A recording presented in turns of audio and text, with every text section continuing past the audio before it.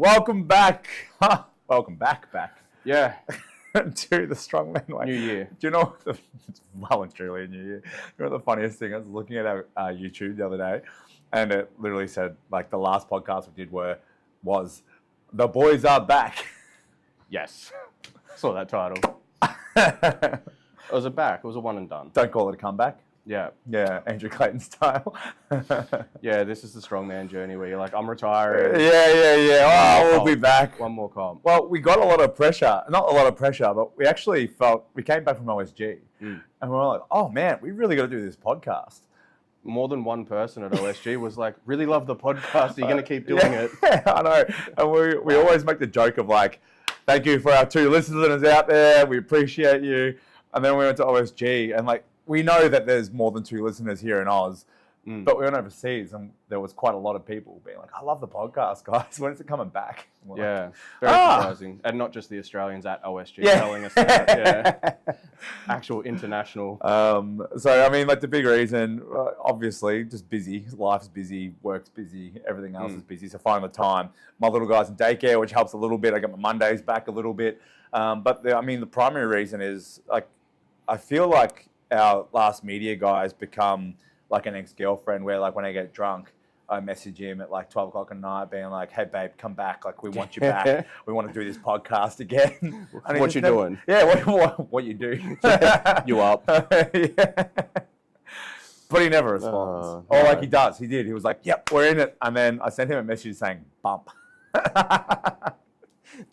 Yeah. Anyways. I don't blame him. He got out. Yeah, you got out. That's he got out. You wouldn't want to go back in. That's why you got to marry him quick, you know. Yeah. So obviously we're doing this ghetto style with our iPhone and some mics. So we'll see how it goes. Yeah. Probably the first thing is to bring us up to speed. We haven't done one for ages, like before OSG, and we're not going to go over OSG's being done. And it's not just because we didn't do very well. We're just going to escape past that. Yeah. It's just too far in the past. Maybe we're not doing a podcast for a while. But bringing us up to speed. So, like, what's been happening? What's training look like? You can give a small recap on OSG if you feel like it. But considering our conversations after day 2, you might not. But please, go. Bring us up to speed with what's happening with @StrengthZen/Leeshaw. To sum it up, OSG, actually, like, it was a lot of fun. Yeah. It's just, I much prefer a quicker comp. Yeah, like I'm a big fan of the format. Yeah, when I did Chaos and it was 6 events in 5 hours, and then they also had 2 of the women do a deadlift record in the middle. Great. Yeah. Come off from an event, take your suit off, change shoes, whatever you need to do, go straight back out. Yeah. OSG's not fun for me in that sense of like a drawn out 3 hours. Okay, I'll warm up and then I'll go out and do a sled pull. Yeah. And then go home and then come back the next morning. Doesn't work for me. As far as like an experience and like hanging out with people and getting to know and hang out with athletes that you don't get to internationally, amazing. Like as far as a big social catch up. Meet people, it was fantastic to meet people and network and all that sort of stuff. You have so much time to actually chat with people. Yes, and there's like a lot of 105. I mean, you don't at the same time. There's like a lot of 105s that like I follow and that like I really like, and it was great to meet them and stuff like that. I think Camby was giving me shit for a bit. Like, he was like, "Why are you so serious?" I'm like, "Because I'm there to compete, you know. Like everyone's different, but like on my headphones in, guy, kind of like focus in, zero in, which makes it a little bit harder because I don't feel like I'm there to do a job primarily. You got too much time. Yeah, like, there's so much time that I'm trying to like manage like my arousal level. I'm trying to manage like my mood and stuff like that throughout the day to make sure I come down. Like I'm listening to classical piano in between, you know, like solo piano. Because I know that I can't listen to metal straight away because I get so like G'd up and I need to bring it down. So like I'm just trying to zero in and do that. Camby probably thought you were sitting there listening to metal and you're listening to like piano. Literally Spotify piano, like doing classical this. piano solos. Yeah, I think I was meditating. It's just solo trumpet music. Real slow. Yeah. So as far as that, like I like winding down. I like chatting to people. If I sat and focused too hard, I would just fall apart. Yeah. So that works great for me. It's the stop, start, cooling down. Yes. Yeah. Trying to bring it back up. Yeah, I'm old as fuck now. Like If I cool down for 2 hours and you get me to warm back up for an event, like I want to have you back and say, no, you're not. You're just getting started. It's too hard getting old. yeah.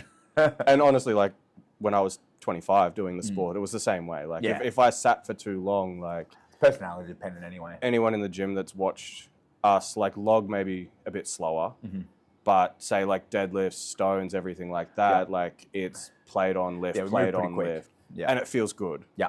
Yeah, like I like it. It's never felt worse than when I've had to sit for 15 minutes or get caught talking and then go back and try and pull. It feels like 20% heavier. Yeah. And I'm like, oh, I've got to strip it back and warm up again.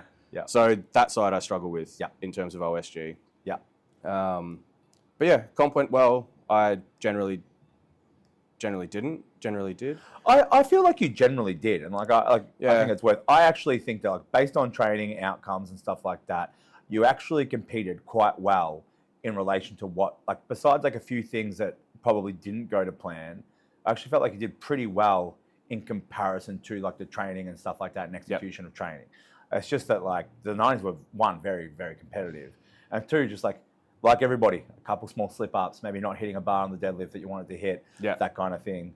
But you don't know that because it's like you're in the midst of a competition, the start slow, restart kind of thing. That's the whole thing about a competition day, right? Yeah. It's like there's other variables to manage that there's not in training, I guess. But I actually think you did relatively well overall. I think it's just the case of like missing third day by half a second or any event that you could pick. And I'm just like, that's annoying. Yeah. But no, that went well. Training's been fine since getting back. Like jumped on with Sam, Fat Muscle that does grip stuff, and I've just done a lot of this, a lot of this, a lot of this, a lot of this. Yeah, forearms looking big. That is one benefit. Yeah. I finished the session. I'm like, oh yeah, I feel big. Might shave the hair down and like oil it up, and like that's the only thing that'll be good at the moment. Yeah. No, so I did that because obviously frame is frame. Yep. And I think I had 4 weeks back from when we got back from OSG to train, and then I was sort of away for a week for Christmas back home with like the parents and travelled up, so that kind of threw out that week. Yeah. Then came back and I think I had another 4 weeks, and then went to Japan for 3 and didn't train. Yeah. Yeah, so it gets really good after those first 2 or 3 weeks of like getting momentum back. Yeah. And then I go away. Yeah. So if I base it off when I first left for Japan, felt great. Yeah. Front squats felt better than ever. Like my wrist started to feel a little bit better. Like I did something to my wrist doing axle. Yeah. Like just one of those annoying tweak the back of it thing. And then every time you pick up a thing, you're like, ow. Yeah. And there's no comp soon. So it's like, there's no point like smashing it. Yeah. And then, now back again. Start working on the deadlift suit. Yeah. Ease into it. Try not to kill myself. Yeah. Which is quite hard.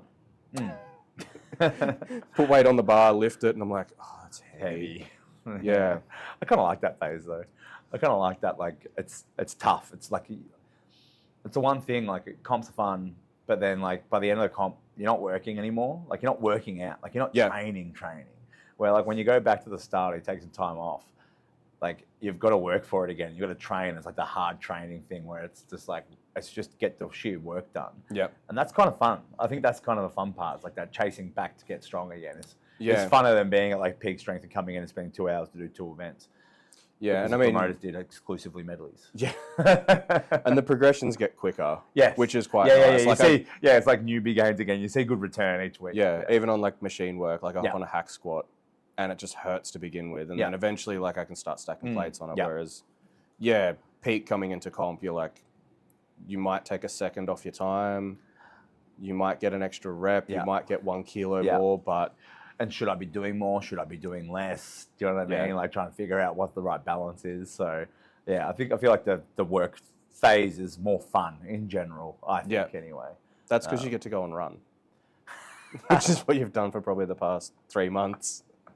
I'm still pretty heavy though. Dave Goggins, 4 a.m. like run on the treadmill in the shed session. I was trying to vibe Jocko Willink with like the 4 a.m. like black and white start. Yeah, I mean for me like OSG. I don't feel like I did as well as you did. comparatively to like training. Did we place the same? Yeah, we placed the same. Yeah. But like I feel like my performance was far worse comparatively to like the expectation that I would have. I just made probably more fuck ups. Like, I mean, I didn't have the huge. Admittedly, like you know how you hope for the best, and you kind of like I said going in. Well, I'm just going to go and have a swing, and hopefully everything works out well. Yep. Do you know what I mean? Like my hamstring still wasn't feeling great. Blah blah blah. So I was saying that, but also at the same time, still hoping for the best. Yep. And then like, it was niggly, but it wasn't really the reason. Like, it was part and parcel of a story that was just not very well. Not me performing very well. The like overhead medley was great. Yeah, until I thought you went great on that. Yeah, I did. Yeah, I did. Like, the overhead press medley was great. My overheads felt great, and I thought like, fuck, I'm on this weekend. Like, let's go. I made a step with a block. That felt shit. My hamstring was just a little bit annoyed. The frame it was just too heavy. I had hit like a 320 frame in training. The frame was different. Blah blah blah. Whatever. 1,001 excuses. I just wasn't strong enough. My grip wasn't strong enough. I couldn't fucking pick the thing up. And I kept trying, and I kept pushing through the floor, and then I like really was just dumb. I was really stubborn, and then that really hurt. Deadlift felt okay. We need to get you a cup if you want to deadlift from now on. That's the thing. Like, it wasn't like that. It was just purely like this was just one of those dumb things. That medley I could do without a suit on. Yeah. If I would have trained without a suit, if I would have just backed myself to rip through that medley like I did the last time I did it, I would have ripped through that medley without a suit on. But I thought that it would save me more energy for day 3. But you know what it would have done? Maybe got me to day 3 if I didn't. So, look, with the hamstring, hadn't deadlifted, didn't probably get enough time in the suit. The last heavy exposure time I had in this suit was quite a long time ago. After that, I cranked the straps on a little bit tighter than I normally would have. I gave myself I castrated myself out on stage. I can't have kids anymore. Looks painful. Oh, bro. Everyone's like, oh, is it his hamstring? Oh, like, no, it wasn't my hamstring. I just fucking blew a ball. Hey? Yeah. You're like, I've never been, I just could not lock out. Like, physically, my body was like, don't do this to me. Like, it's not going to end well. Yeah. Yeah, that was it. And then I fucking tried to send it on the moving medley, but like just wasn't quick enough. So that's fine. That still moved well. Yeah. All things considering. All things considering. I moved reasonably well. Yeah. Anyways, I drank 5 whiskeys when I went out for dinner in about 30 minutes and got pretty drunk. And then that was it. Felt good. Since then, I came back, did some hamstringy stuff, then tweaked my other one, running, doing sprints. So never happens. No, never. No. So I've just been doing like 3 running sessions a week, and my hamstrings actually feel really good. Like it was just like one of those cases where I think like I needed probably just to start a little bit slower. But they actually feel stronger for it potentially as well. Like I feel like it's actually probably beneficial in fairness. Doing a lot of hamstring work, a lot of like raw deadlifting again, build my hamstring strength up. Deadlifts have kind of been my focus, the main structure. Everything else has been like pseudo structured. I've had structure in my head, but I just kind of like come in and go by feel. Yeah. Sessions are capped at an hour because it's not really a priority. Like the training side of stuff, like the actual strength side of stuff hasn't been like a huge priority. I want to keep touching base, but like I've just got so much else going on that I'm just trying to get what I can done. Yeah. And I think that's like probably important. Like for me, and I don't know about you, and we're talking about this before, I'm segueing into something that's going to be helpful to the people. For me, like I probably invested, because like I don't often invest 12 to 2 years of work into strongman. Yeah. Do you know what I mean? Like I've often done 6 months, taken a break, 12 months, taken a break. It's probably the first time like I've held weight, I've trained consistently, and I've invested time into like strongman for some time. Yeah. So mentally, like I've just got other buckets to fill. Yeah. And I think that's important for other people to know as well. It's like you can keep doing it. Like you can keep pushing and keep pushing and pushing and like stay focused on the goal. But if you've got other things in life, sometimes like the mental refresh of just like stepping back and doing like hour sessions, in and out, have some fun with it, enjoy it. Still do strongman stuff if you want to, add something else, have a little side quest. And then hopefully when you come back into like, cool, I've got to zero in now on this thing. Being mentally fresher or like being like mentally recharged to go hit that Yeah. is like a big event for me anyway, for my like personality type, I find that like my bandwidth gets stretched. Tracking food, big sessions, business like stuff is getting home and having to work and all that sort of stuff because I'm trying to train longer and juggle everything else. It's just nice to be able to like get home and be done with work because I've only trained an hour and all this other stuff. Do you know what I mean? Like just trying to find a better balance for a period of time, so you can push when it's time to push. You know? Yeah, I mean, taking that time off is like a bigger macro cycle of basically training hard for 4 weeks and taking a deload. Yeah, 100%. You can deload. Train for 12 months and take a month off or 2 months off. You can be proactive and deload before you need one, or you can get to the point of where you cooked and then go, oh shit, I should deload. And the same as you can train really hard for 6 months and be like just going at it hard. And like you could take that proactive step and go, I've got nothing on, I'll take a bit of time off to like dial back. Yeah. Or you could just keep pushing to the point of where someone breaks and then they go, oh, okay, I'll dial back now. Yeah. Or it's like, okay, I've got to start a prep now. You're probably going to dial back at some stage. It's your choice or it's your body's choice. Yeah, 100%. But it's also like, I'll start a prep now. Yeah. And I'm like done. You know what I mean? Like it's 4 weeks into the prep and I'm like, I'm mentally probably over this now. Yeah. I have a few clients that are like, oh, they posted the events for that comp that's in 16 weeks. Let's get started. And it's got this. Should we start touching it now? And I'm like, no. If you do, if you just do sets of like monster dumbbell for 16 weeks straight and we don't find a way to like... keep it interesting. Yeah, rotate it and I don't know what, you're not going to get there. And you're going to hate it. And also, just remember, like everyone came to Strongman because you get bored easy. Like, you get bored easily, but you're not fit, so you can't do CrossFit. Like, CrossFit's a lot of variability and like fitness. You didn't want to do that. You didn't want to do powerlifting because it's 3 lifts and it's like boring because it's the same lifts repeated each week in and out, right? Just slight variations. So you came to Strongman, which means like I know, like I would, and I'm sure you would, 16 weeks of dumbbell is too long on the dumbbell. I've had that. Like when I was prepping for like the world record, all I did was that for 8 or 9 weeks. Yeah. Everything else took a back seat, and it was like, this is the one lift that I'm going for. That's the one thing that you're focusing on, And I love training monster dumbbell. Like, you love doing what you're good at. Like, at the end of that, I was like, I don't want to see it for the rest of the year. I reckon it took like 4 or 5 months to go, I wouldn't mind doing some dumbbell. Like it took, and Viking press, when Viking press was in a few comps back to back. Yeah. I was just like, I never want to see that thing again. And I actually really enjoyed training it. Yeah. If we went down and did it now, I'd have a blast. Yeah. But ask me prepping for middleweights last year, I fucking hated it. Yeah, I know. So much. Just like the setup and getting the racks right, and then just like the amount of effort you have to put in to squeeze anything out of it. The top end out of it. Yeah. And that's what it was too, because like max. If you didn't lean back in the right spot and get the right leg drive, you didn't get what you got last week. No. It was so hit. Yeah. And fatigue and stuff like that makes a big difference. You're like, oh, this didn't happen this week, blah, blah, blah. So cool, I just hit 150 again for 3 weeks in a row. So I think that's, something for people to sort of take note on. It's like, cool, we've done OSG. We probably invested a lot of time. Like we both did middleweight series last year. Yeah. You did Chaos and stuff. Well, you finish at OSG. OSG's as far as you can go.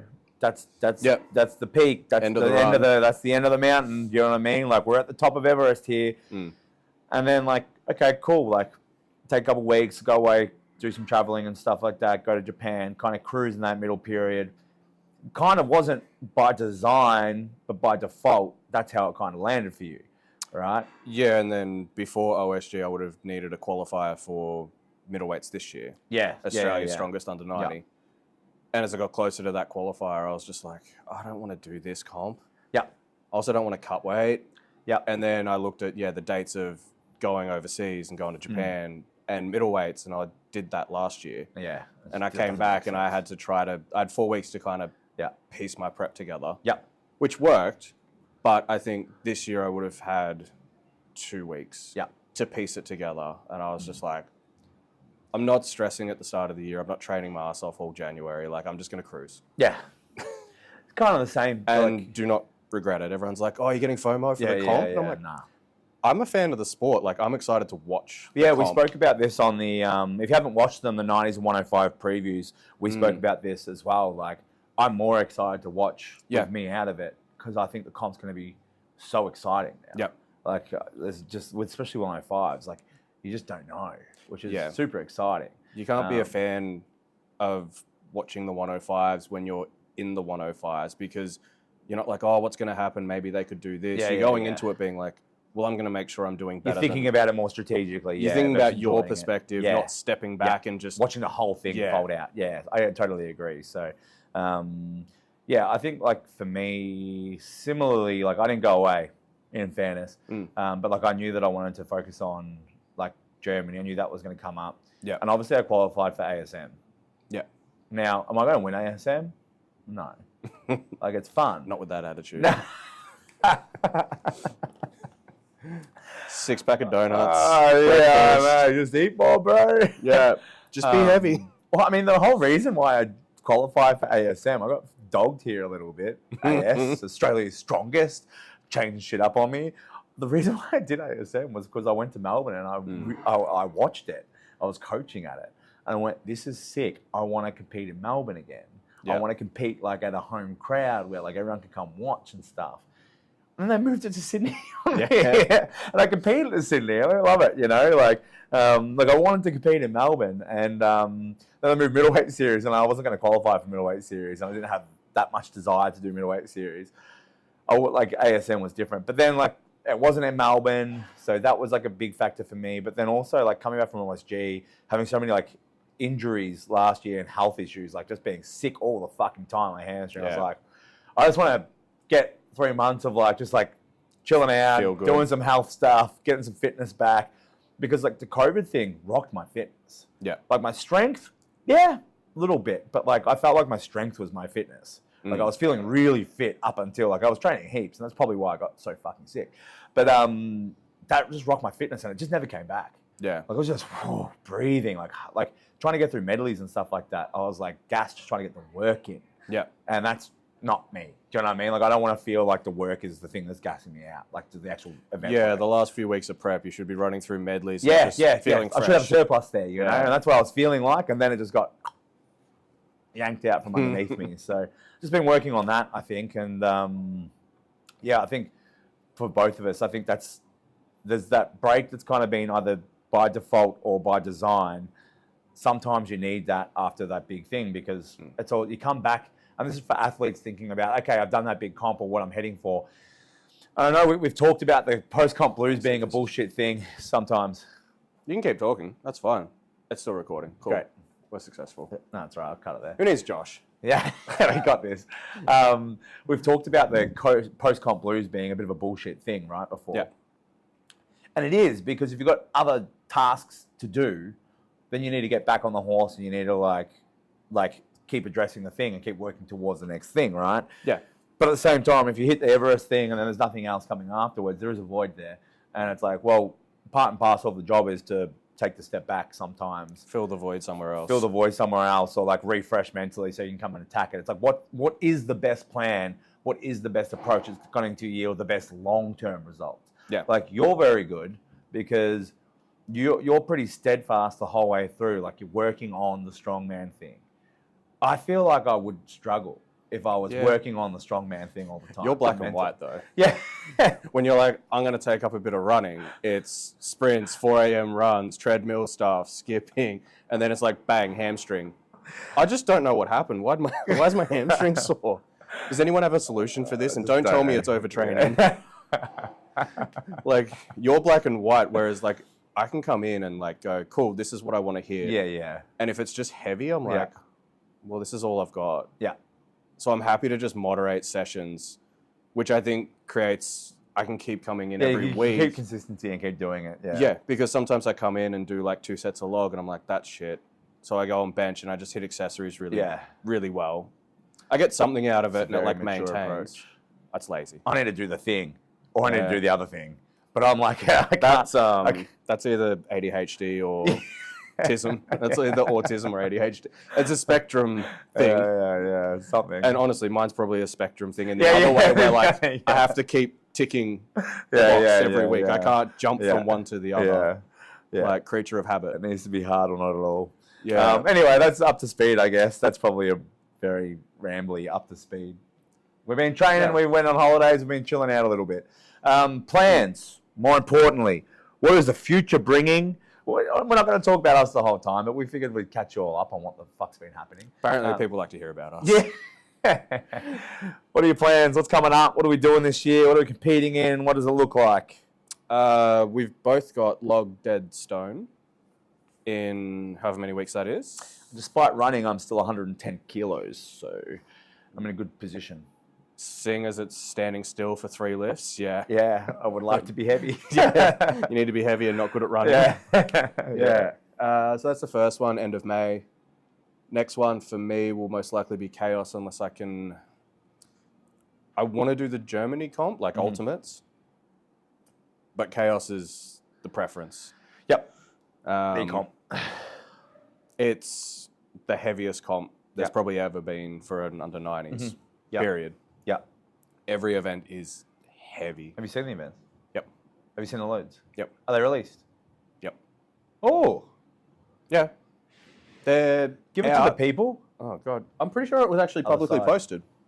Yeah, no, that's what I mean. I'm sure it's publicly posted. I'm sure I missed it. I think it is it's a max axle overhead for the first event, which everybody kind of had that idea anyway. Yeah. They thought that was going to be the case. Yeah, it had a lot of backlash from the 64s in terms of their weights because everyone's like, oh, that's too heavy for them. Everyone's going to get injured. And all the 64 athletes posted stories and replies and stuff being like, we're fine.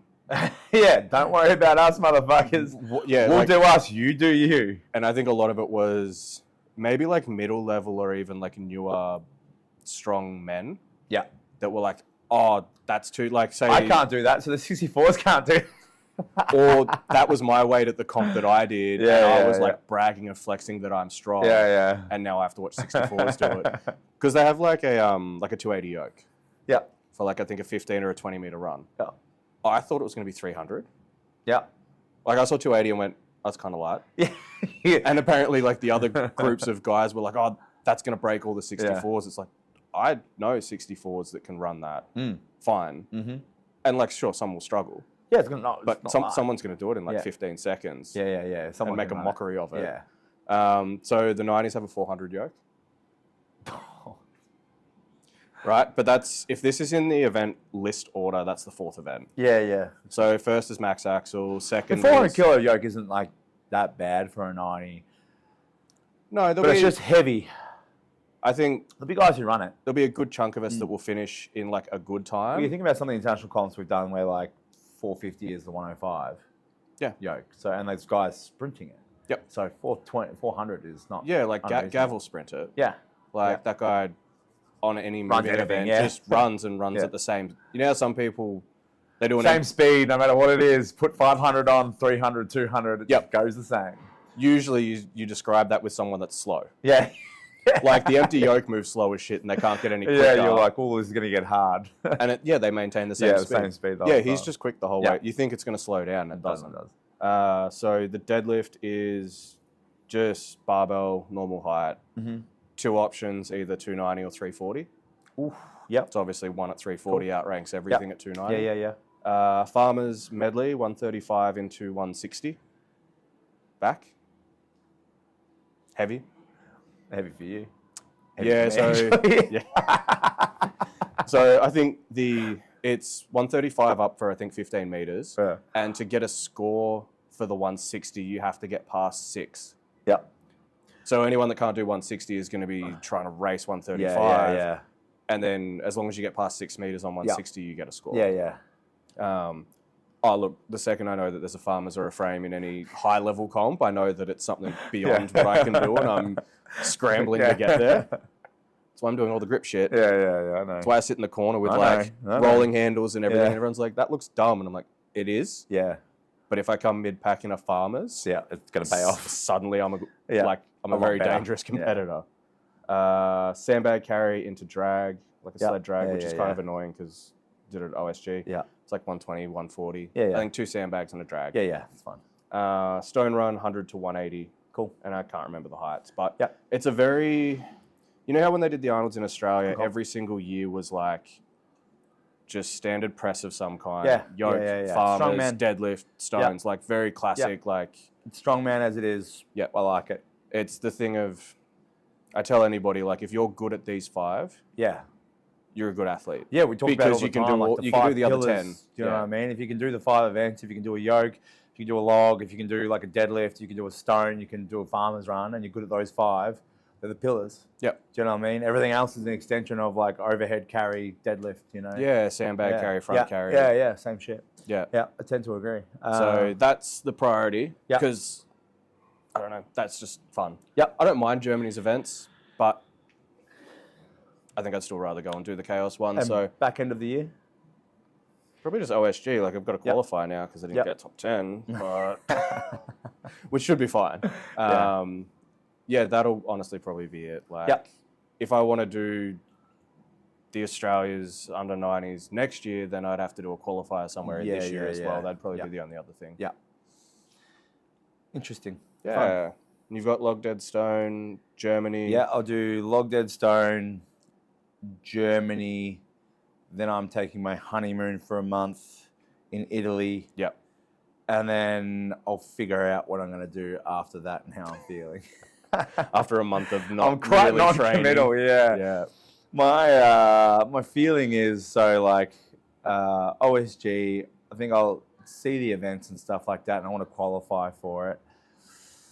It just has to make sense life-wise. I'm having don't have kids and a family if you want to keep doing this. That's what everyone says. Mind you, some people make it work really well. No, they do, and 100%, and like all power to them. But as it progresses, if I'm thinking about spending $6,000 to go away for 2 weeks or a week and a half or 10 days to go compete for myself, or I'm going to go take that time and go on a holiday with my family, it starts to get a little bit tricky. You know what I mean? Like, because if we take time off work too, like you take time off work, I can't come back and take off time with the family. Yeah. Do you know what I mean? So like you're picking your times that you actually get to go away as well. So it gets a little bit harder. It's getting a little bit trickier. And that's not like on Jazz and Cole. That's on me thinking like and that's not like, you know, if another competitor wants to spend that time and like take the family over or not take the family over, that's what they do, or they've got more freedom, then great. Do you know what I mean? Like if that's what they're wanting to do with their time, great. But for me, I want to compete, but I also feel like when it comes to that side of stuff, I would prefer, if I'm looking down the barrel, like going over to do OSG or another comp again, or take my family away over summer. Yeah. I would prefer to go away in summer with my family and spend time with them. If you've only got so much holiday time, you don't want to have so much holidays without them. It's a finite resource. So it's getting a little bit tricky because like there's not, like, I think the standard in Australia is coming up, but like it's not a lot that really lights the fire under my ass. Do you know what I mean? To like really train hard. So I want to be competing overseas, but I'm just finding it like trickier to be invested in like going overseas and chasing the international stuff as much as possible. Yeah. Unless I can make it work better from a business perspective. And that's probably the motivation, like making things work a bit better from a business perspective so I can have a little more freedom to go do that and not take time off like PTs and stuff like that. So I've got more freedom to go chase competitions and potentially bring the family over and stuff like that as well. Yeah. I mean, Germany works really well because it was supposed to be when we were doing our honeymoon. So I messaged Jazz and said, I want to do this comp. And she said, oh, how lucky am I? You must really love me. We got married and you went away to America. And now we've planned our honeymoon and you want to compete beforehand. Yeah. I was like, yeah, but you know what you signed up for. But that's the problem with Europe is like everything's so easily accessible. It's such a good draw card. Yeah, and it's not for us though as well. Yeah, like for us going over there far afterwards, yes. But I mean, you go to 100%. OSG, you go to Virginia, West Virginia. Where did we go? Virginia, West Virginia? I think it's somewhere else this year though. Yeah, they've changed it. So you go there and you're like, hey Jazz, do you want to come over and like have a holiday with me? And she's like, where are you going? West Virginia. No. And we know that you all love your country very much, but like for me personally, and probably for many of us, I got no interest in traveling America. And like, no, I got very quickly told by what's the guy that runs PSL? Because he said about like going to Virginia for PSL, and I was like, I said the same thing. I just want to go to like a better place. Yeah, and he was very like, he was really defensive. And West Virginia, not the same thing. He's like, I was like, I should make this clear to people because it's not the same thing. And it's like, I'm sure it's not the same thing, but like on a whole, do you know what I mean? Like, there's not it's not that enticing. Like, there's a lot of other places in the world that I'd like to go see besides America. The hard thing with that is, like, it's just such a massive country that, yes, now you're in America, so you can do the comp and then you could go, I want to go to LA. Yeah. But it's a big flight and a big cost. Whereas, like, I also don't want to go to LA. Yeah. Or, like, Mexico or Canada. Like, everything's still Canada, a big flight. Yeah. Whereas, I've got a comp in Germany. 2-hour flight to Italy. Or you could just drive. Yeah. And go, like, 140 Ks down, like, the full big freeways. Could do, 100%. But we're going to fly and then we're going to get a car. Yeah. And yeah, it was like when I did Chaos, and it was like, oh, I'll just go up to Scotland on the train. Yeah, and turns out 10 other competitors are doing the same thing because it's right there, 100%. So, and then it was a like doorway to more. And it was like, oh, on the way home, like, can we fly to Greece? Yeah, just for 2 days and have a wander. And you can. Yeah, and it's not that expensive. It cut out a bit of the flight time, and then you go to the next place. Yeah. So, whereas America, it's just like, I would love OSG to like move it around eventually. Yeah. You know what I mean? Like if OSG could like move it around a little bit so competitors aren't going to the never eat soggy Weet-Bix East Coast of America. We're going to eat like the East Coast all the time and stuff like that. Like Texas would be sick. I'd go to Texas. I think a lot of the Americans wanted that even too. like California. Like I've been to California quite a bit, and California is sick. Like there's so much to go do. There's so much to like. You can go see within a quick time travel. Do you know what I mean? Like you got San Diego, Santa Barbara, Mexico. If I want to get arrested again in Mexico, you know, there's so much there. So it would be cool to see. Yeah, I think the hard thing with the family side of things and the holidays, I think the big difference is the people that seem to do it well, they got into strongman after having their family. Sure. I think that's the big difference. Everybody I know that is happy to travel for comps, they've already had their 5 or 8 years with one of their kids or multiple of their kids. Yeah, sure. They get into strongman later in life. And then I want to compete and do these comps, and like everything's established. Whereas if you did the sport, like you've trained and prepped and mentally got yourself ready for a comp a certain way without a family. And then with the addition of that, it's just taking time away from something that's new. I don't think that the training and prep side of stuff I can manage pretty well. Like middleweight series, everyone's like, oh, how's it going? I was like, great, because I really wanted it. OSG, for the most part, was pretty good besides having a wedding, which is just a bad point. I think just it's the strongman is the addition to when you've already got a family, so it's the fun thing that you're more happy to put time job to. For 10 years kind of thing. I think there's a lot of people that I know that like do compete and travel with a family and stuff like that. And they've been training strongman and competing in strongman for a long time. They've been on the circuit, then they've had families, and I've known them before they had families and now with families, and they do a great job. But maybe it's just like, and this is like maybe just different, but like it's everything. That's what they've got. Yep. Do you know what I mean? Like, and like I've got a couple of businesses to run, but like aside from that, like I've just got a lot of other interests. Like I also just want to do a lot of other shit. Yeah. Do you know what I mean? Like I want to go hiking. I want to do other stuff. Like it's hard because it's not my like, it's not my life anymore. Do you know what I mean? And it never has been. I don't know. Anyway, that's enough. Just rambling. Now we're just getting into a therapy session for me. Any goals for Log Dead Stone? Numbers? Nah. Seeing as you can pick your own just whatever numbers fall out. As heavy as I can. Yeah. If I'm going to be totally honest, I'd like to hit a big deadlift. I'd like to sort of, I want to say 400, but like, fuck, I've been like... Put the suit back on. No, I'm not going to put the suit on. Because there's no suit in Germany. It's like 3 weeks later. So it's like... Oh, yeah, true. But the biggest thing in my Q&As is like, when are you going to pull 400? It's like, motherfuckers, I've been trying for a long time. Yeah. Like, I want to pull 400. And like, I've been close to having the potential, but it's not that easy. And like, I would like to be getting up to that. I think if I pull 380, 400, it'll be very... Like 380 to 400, I'll be very happy. But honestly, considering I have Germany, like 3 or 4 weeks later, and if I pull 370, 360, no one's gonna really beat me. Like let's lay it out on the table, motherfuckers. Here's how log deadlift stone goes. I pull 360 to 370. The next best is 340 in Australia. Maybe. Yeah.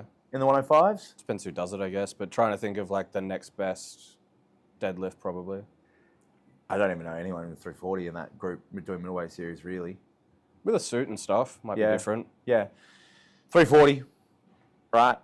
I've got 30 kilos, at least like 370, right? So comfy. I've got 30 kilos up. Yeah. It's like static monsters. You just can't outpress a big deadlift. If I log powerlifting's the same. If I log 150 and I went in here in 20 minutes and worked up to a 140 comfortably the other week, with fuck all, like just fucking around, and it was easy. So if they hit 140 and they hit 150, 160, like there's not really too many above that, you know what I mean? Like maybe 170, that's a record. And then I'll probably shoot for like a 200 stone. Yeah. And 200 stone is kind of like there. Do you know what I mean? Most of the time. That's not, like if you deadlift well enough, if you've got a big deadlift, you're going to have a hard time catching anyone else. Do you know what I mean? That's just reality. So I don't really have much. If I can get a head start on the deadlift, there's a 130, 120 log in Germany. Yeah. To Viper. So like I don't really have to be investing a lot of time in that, but I want to invest more time in the monster dumbbell. So I'm trying to strategically think about what I actually need to do. Yeah. So log deadlift stone is cool, but at the same time, like I just want to tick the box to, if I want to do OSG, I have the option to. Yeah. You know. What about yours? I'm excited if the format stays the same with like flights being based on like numbers in that sense. Yeah. Because then it means if I get put in a later flight or a flight where just everyone's doing similar numbers. Yeah. Doesn't matter which flight it is. Yeah. As long as I'm in a flight where everyone's doing similar numbers across all three lifts somewhat. Yeah. That's more exciting because then it's like stuff to bounce off. We've discussed this before. Well, I shouldn't do that. But we've discussed this before because Lee wants to lift with the big boys. Yeah. So he doesn't want to lift, no offense, 90s, but he doesn't want to lift with like the rest of the 90 crew if no one's coming in and like doing big loads. But then I tried to remind him that come lift with the big boys. I just tried to remind him that it's a competition. So if he's lifting in a later flight, he knows what everyone else does. You can't do that. So, but that's what they do in weightlifting. Yeah. They go through and they go D grade, C grade, B, and A. Yeah. And they go in flights and they do everything. Well, as long as there's a few A grade lifters for you, then should be fine. Yeah, which is fine. I just want to lift with people that are lifting similar. Like it's motivating. When I did Circus Freaks, and it was like me, Ron, Smitty, who was like low 80s, was still doing it as well. And then there was like Rongo and Luke Reynolds, and we were doing stones and monster dumbbell, and that was just fun because it was just a whole bunch of different people, different weight classes, but we're all hitting the same stones. We all started at 130 and we just kept going until somebody couldn't. Yeah. Which was a lot of fun. Yeah, that's fun. So that side of things excites me. Like if I want to push for a 340 or a 350 deadlift in the suit, someone else, regardless of weight class, is probably hitting that or slightly more or slightly less. And we're not competing together. It's more motivating, but it's still fun being in that mix. Yeah. It's exciting being in that mix. And I don't want to come out in an earlier flight because I'm light and there's not much of a crowd and there's not much hype because that's typically how early in the day starts. Yeah.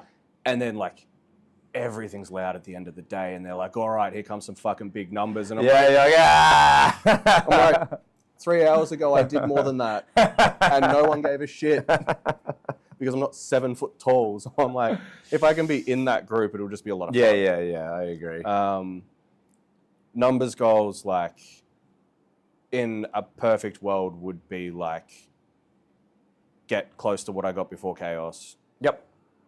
Which would be the biggest log in the 90s that they've had. Like the biggest log's 150. Yep. On a 10-inch log, unaffiliated by Federation, but not the point. It's the biggest log that a 90's done. Yeah. Like Shane did it on a 10-inch log. That's why it's been so hard to beat on a 12-inch log. But that's the number that stood for time. And I'm like, that's the number to beat. I'll beat it on a 12-inch log with a push press. Yeah. And then it's done. Yeah. I think, what's the name? Squatty Dubbington, Instagram. Did 330. He did 330 at Raising of the Dead. Oh, and then missed 350 or something? Missed 360. 360. I thought it was 360, yeah. So that counts. Swap the mic. Bless you. Yeah, cover the mic. So So that counts towards like the 90s record. So that beats Mark's. Mark did 325 without a suit. Yeah. So now it's 330. Yep. So it'd be cool to try and push that and raise that up before someone else comes along and But surely demolishes it, or he comes yeah. back and does a 360. Yeah. And then Stone the same. Like if I can get anything over 200, just to put my name on that before Dylan or someone else fucking comes along. Your small goal is to just tick off all the records. Yeah. There you have it. Lightweight, middleweight series. I've had a lot of big lofty goals that have not come to fruition. So why not stars away on the moon? It's fine. Is it going? Yeah. Oh, I'm shocked. If Don't worry about you, Josh. See you later. Have a good one. Yeah. Lightweight, middleweight series. Let's. We've been going, so let's hit this real quick. Lightweight series, first time coming up. This next weekend. This weekend. Yep. Middleweight series next weekend. How do we think it's going to go? How do we think the comp's going to go? They're in Toowoomba. Thank God middleweight series isn't there anymore. Still a great comp. It's just a pain in the ass to travel. But lightweight series masters, how do you think that's going to go up there? How do you think the buy-in's been from like a competitor standpoint, et cetera, et cetera? I think for most weight classes it's been good. I think there's a fair few in the 64s. I think there's a fair few in the 80s. The masters over 100s, great. Like there's so many of them. And they've actually come out of the woodwork and out of their sheds, and even with injuries, they've turned up. Or I mean, they're not there yet. Masters they're going to make it.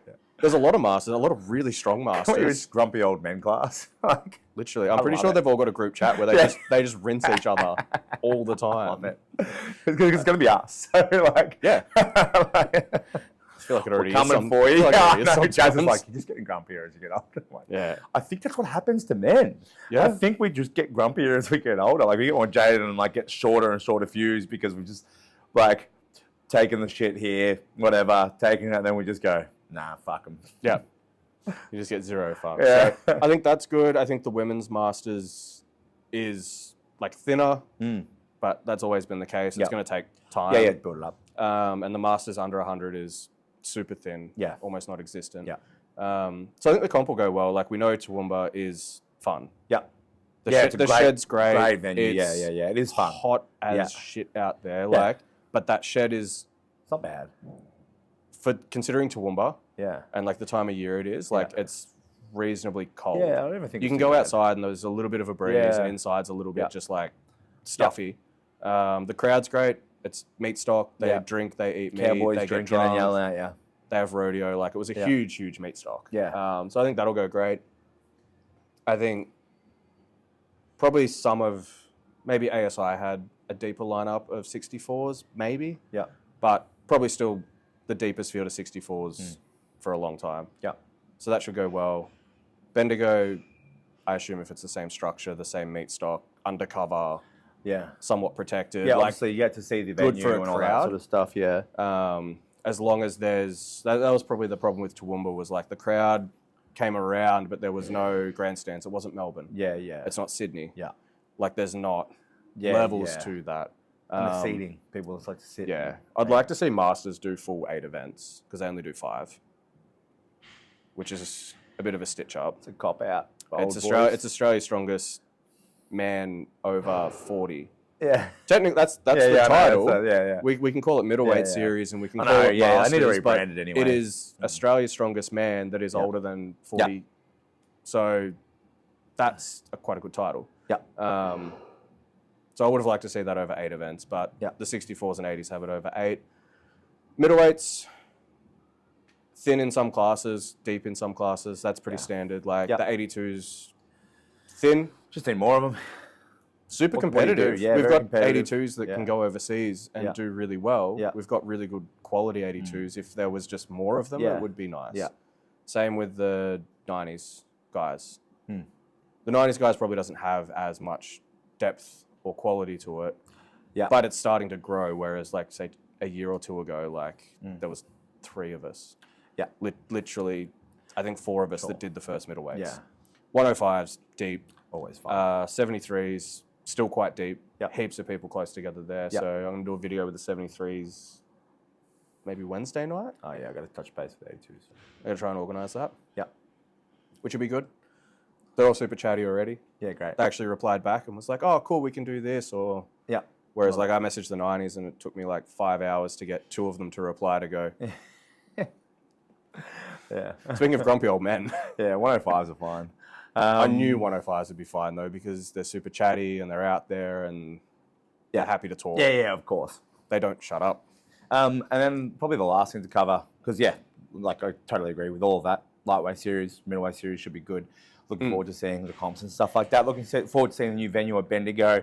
Looking forward to seeing some outcomes. Fun events. Yeah, fun events. Like I just don't mind the events. The loads are pretty reasonable for the most part. Yeah, I'm looking forward to seeing what they do, and I'm looking to seeing some of the outcomes and stuff and see who comes out on top. Hard to go past. Obviously, we're doing this day after Arnold's. Yeah. You were all over it. I was watching the updates and stuff like that from All Things Gym. What do you think of the Arnold's? The pro show? Just very strange events. Yep.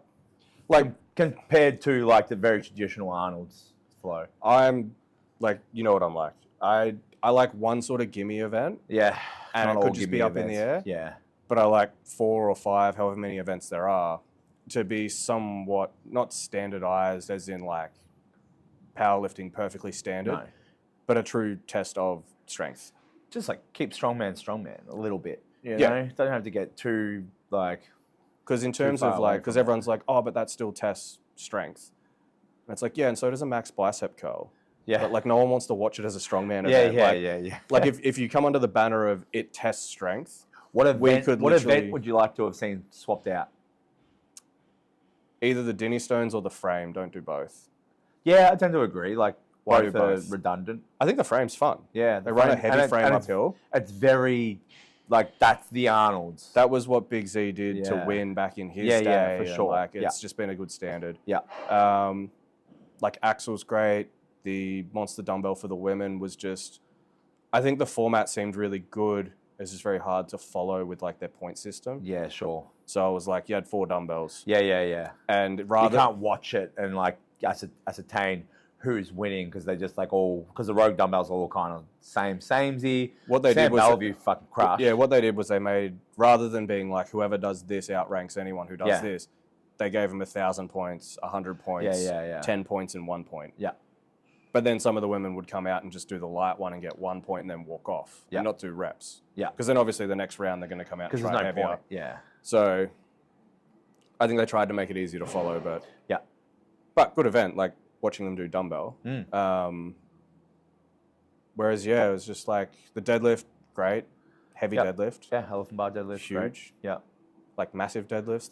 Thor came back and made a statement, and like the whole weekend did reasonably well. And like Mel Peacock pulled 275. Yeah, which is huge, big fucking deadlift for someone that's not a big fucking person.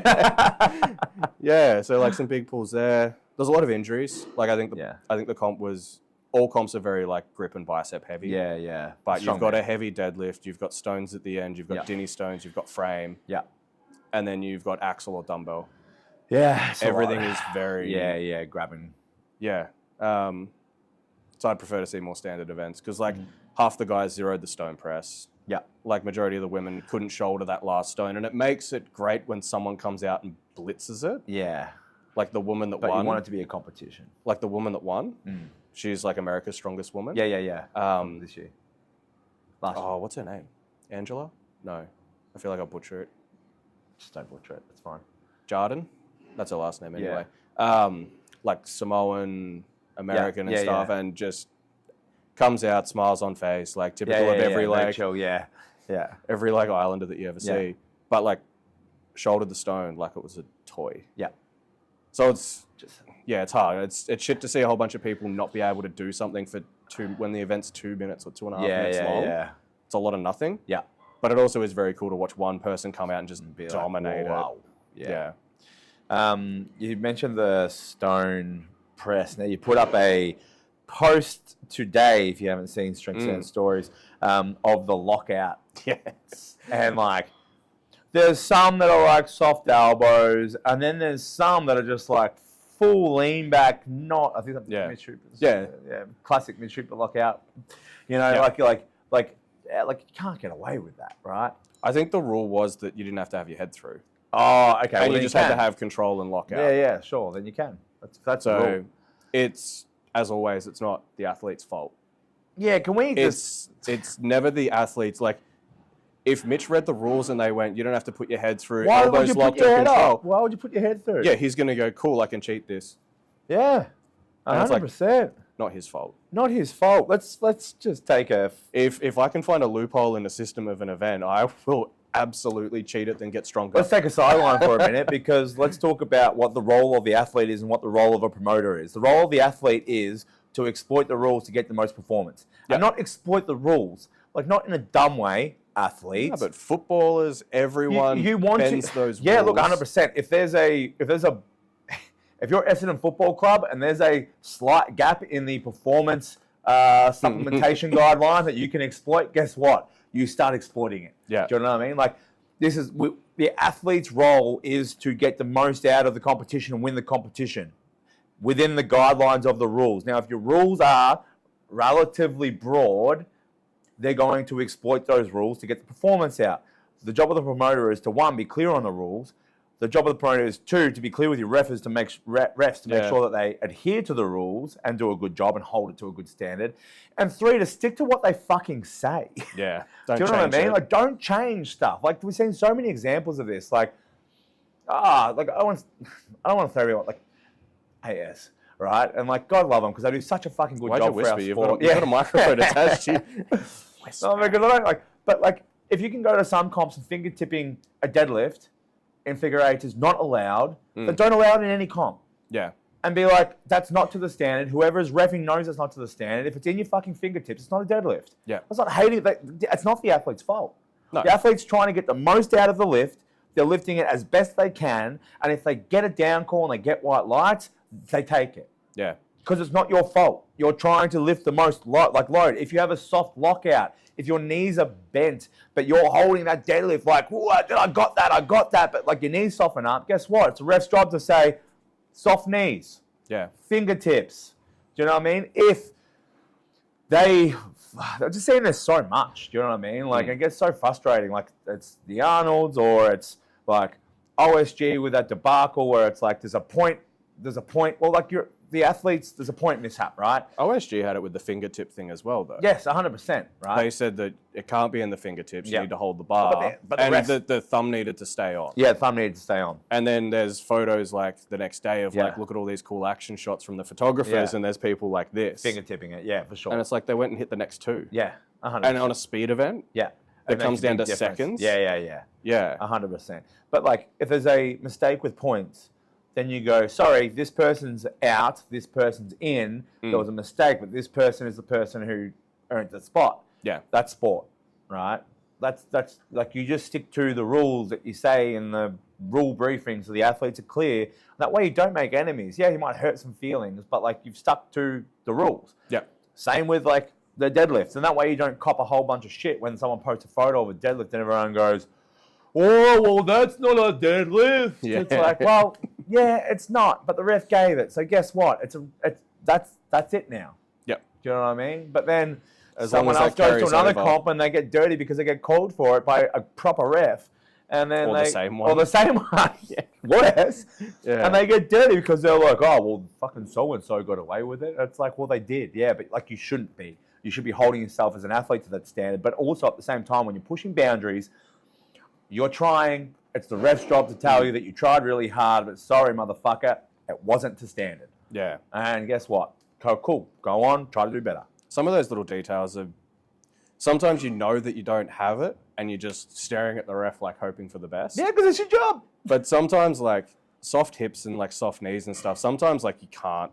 That's what you got. In the moment, you're there and you genuinely I don't have think, any more lockout, and that's what you're thinking. Yeah, the same with like the fingertips. Like you can feel it when you're not holding it versus out. But in terms of like, say, thumb on, like you can't really tell if you're here or you're... If you're pulling a ginormous deadlift, you're not thinking about anything. You don't lock out and go, what's my thumb doing? No. So like for the athletes, like they're not doing it intentionally. Yeah. To try to get something out of it. No. So Yeah, just the job of the promoters. Anyway, that's the side thing. Arnold's was great. They seemed like it ran really well. From all the feedback that I've seen, like it was a fantastically run competition. It's good to see Thor back and crush it after so long afterwards. He's looking big. He's like 196 again. Put on 50 kilos in a prep, like from when he started back. Yeah. Yeah, there was some like really good performances by people, and then there was like a handful that just really underperformed. It's a comp. Like for one of the most stacked lineups that you would ever You think. want to bring it. It all separated. People got injured, dropped out. Which is competition at the top level. Yeah. We hope you've enjoyed the podcast being back. We definitely talk plenty of shit, but we will try and make this a little bit more regular and make sure that you are seeing us on your screens and in your ears more frequently. As long as this works. As long as our video and audio works. This doesn't work, I'm going to go walk in a traffic. Or I'm going to get drunk and message Josh later. Baby, come back. Baby, come back. Over and out. Have a great week. Go Crush. Sweet.